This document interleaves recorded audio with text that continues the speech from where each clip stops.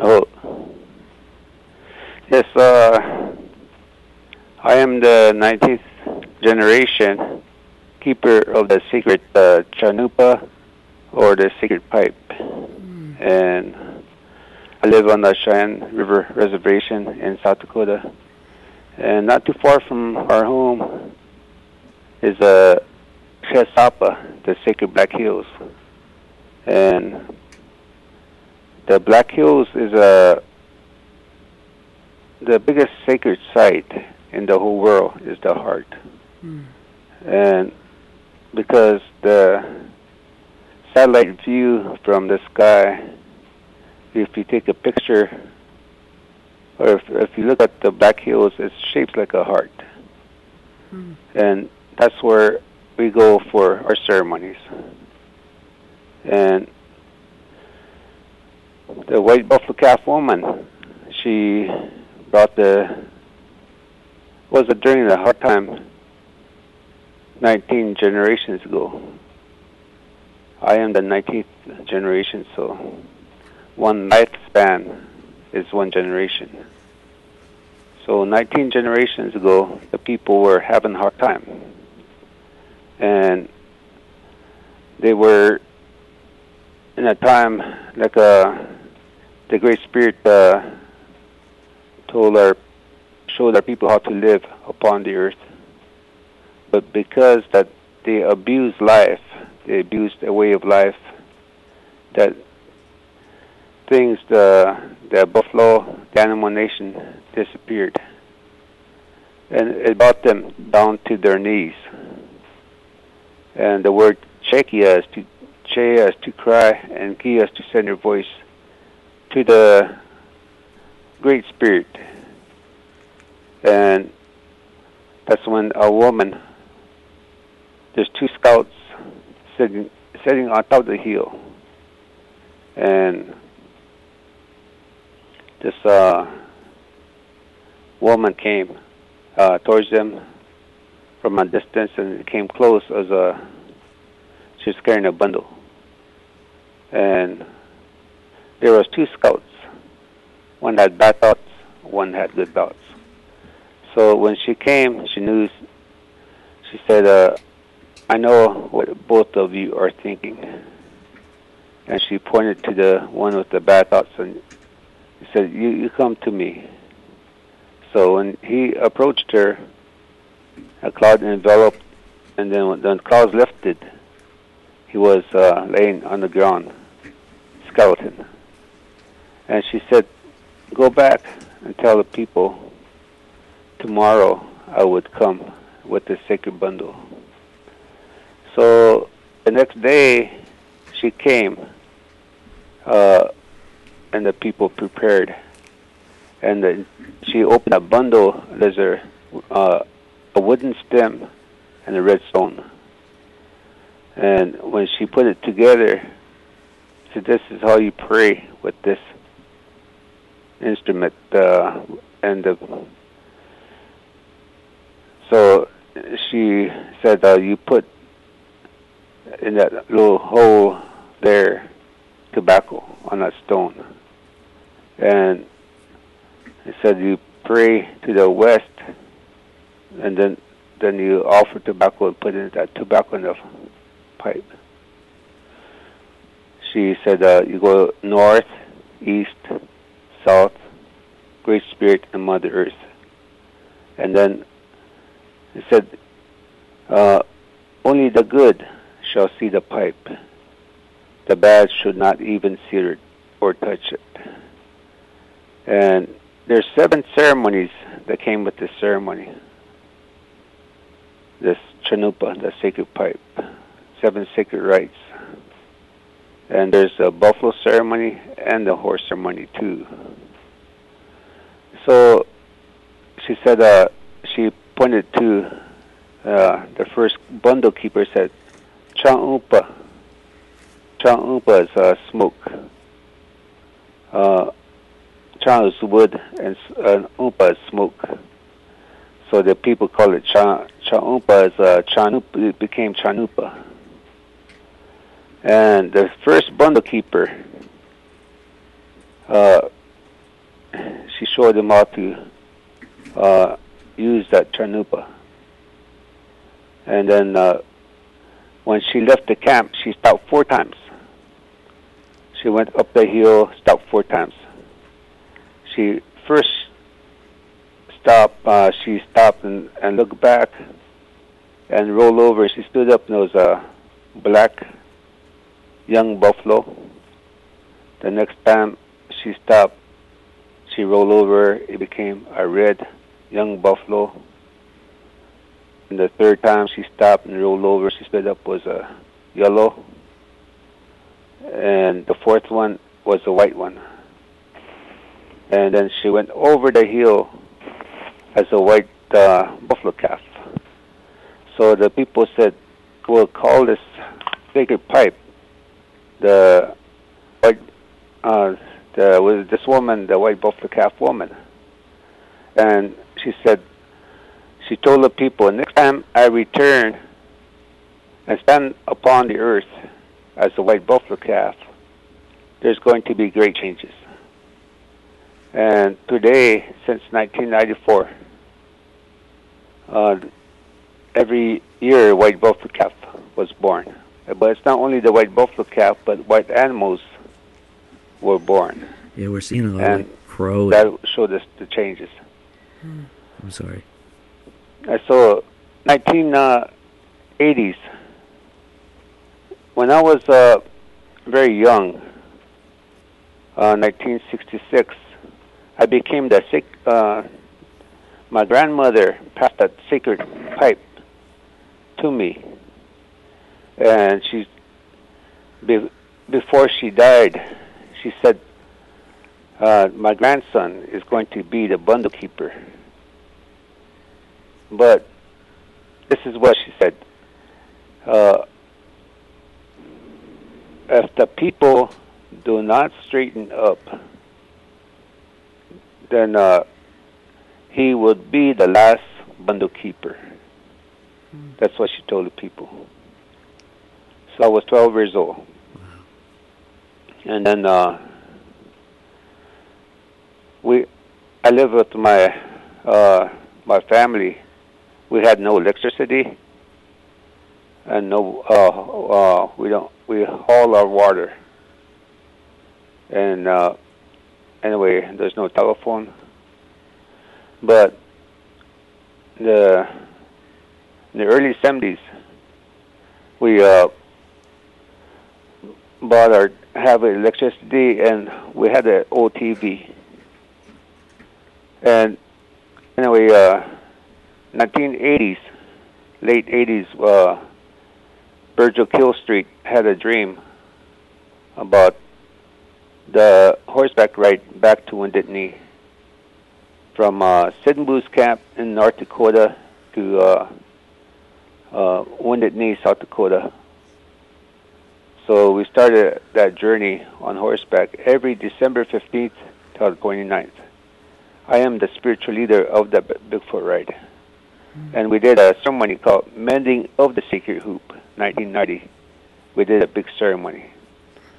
And during that time, I had a dream. And in this dream, I was watching this old TV.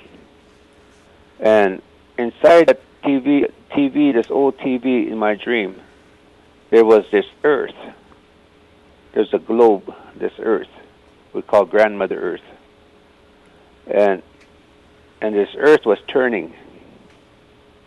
And somebody took a pencil or a stick and touched on the globe, the earth, a country like South Africa. And this old book opens up, and inside on that TV, there's people standing in a circle, all races, many different nations standing in a circle, and they had tobacco in their hand. And inside that circle was a sacred fire. and then they were praying together, offering tobacco to the fire. And then when the book closes, the earth was back on the screen, and this earth was turning, and they touched like a different country, like Australia. And then the old book opens up, and then the people were standing in a circle, all races, and they would have tobacco in their hand. Inside was a sacred fire.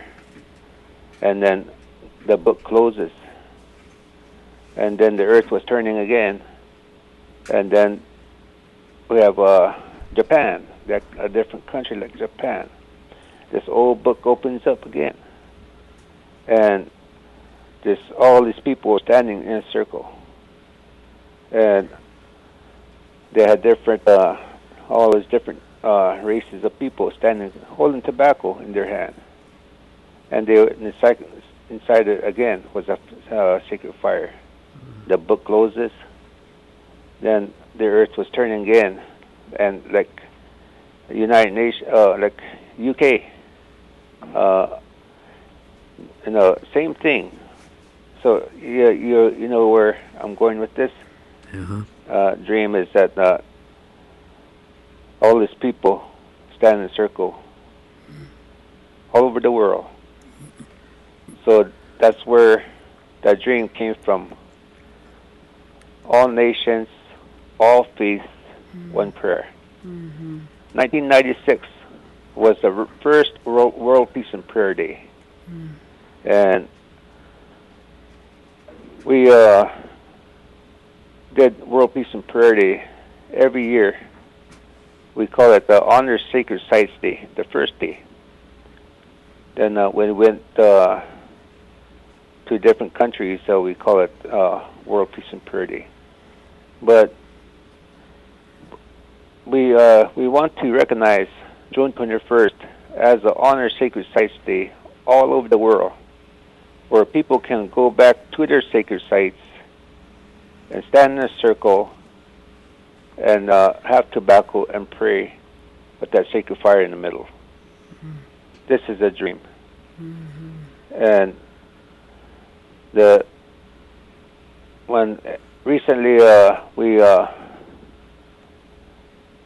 I was asked to go to South America, and the Mayans, the Mayan calendar, they said we invite you to, because for you from the North America, that we want to speak to you. The headsman said that we want to.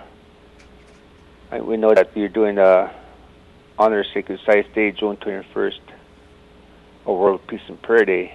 That we want to work with you, and you. But we ask you to honor December 21st.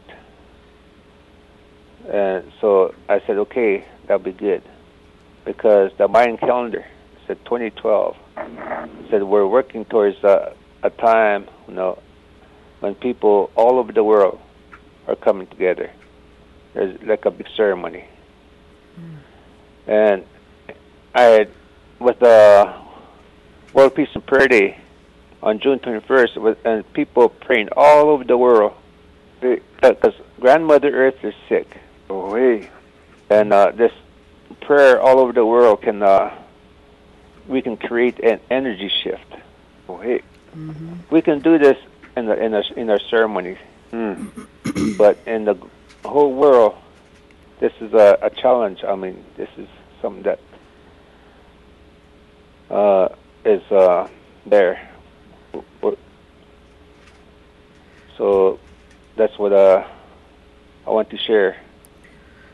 Well, I appreciate that, Chief Looking Horse, and we just got a few more minutes of Make No Bones About It, and this is Chaos 89.3 FM. But I just there's the thing that weighs heavy in my heart is like we're moving forward, and I know that prayer can move through anything, and that we can stop the madness that's happening out there, and we can heal the Mother Earth. But a lot of people like that the fear. I don't want to bring that word, but the fear of like we're not gonna what are we gonna take from this world that we have now to bring us into this world? that we're heading into. Because a lot of people are like, especially here in America, in this part of the complacency that everyone's like, don't want to give these things up. But what we are going to bring things such as we do need structure. I was just wondering if you can share your view on that to bring us into that prayer. No, it's about spirit. It's about energy. And long time ago, we have in our oral tradition, the stories through our ceremonies that there were big spirits, dinosaurs, and they,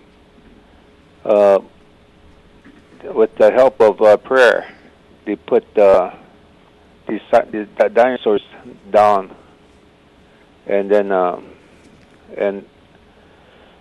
but so people can survive, and eventually,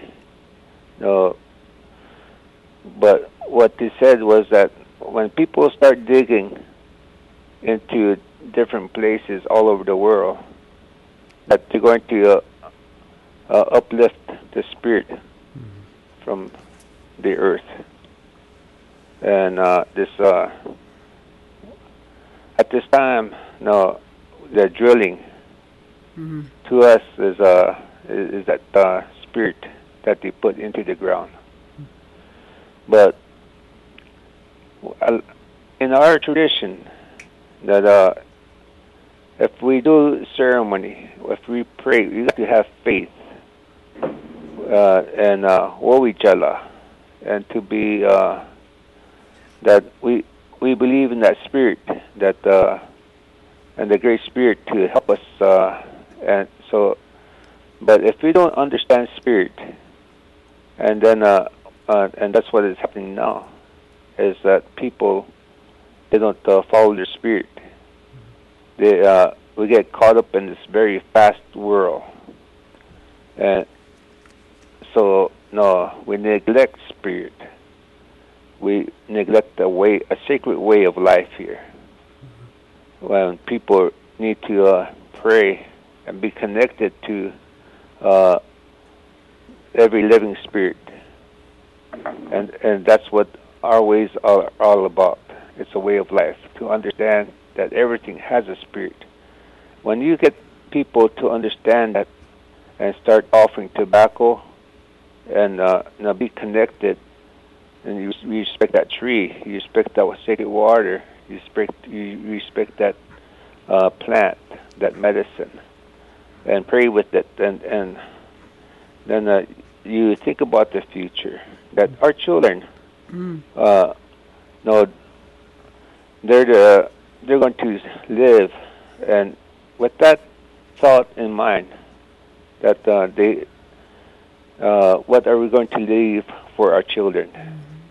So when you have a holistic mind and prayer, then anything is possible, because we believe that this earth half, we see and we understand, but the other half we'll never see, and yet we know it's there.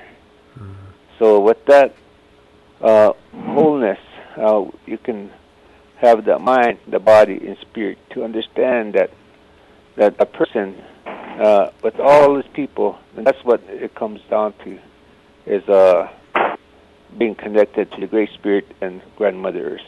That Grandmother Earth is a living spirit, and she's a source of life, not a resource. So people have to be more responsible.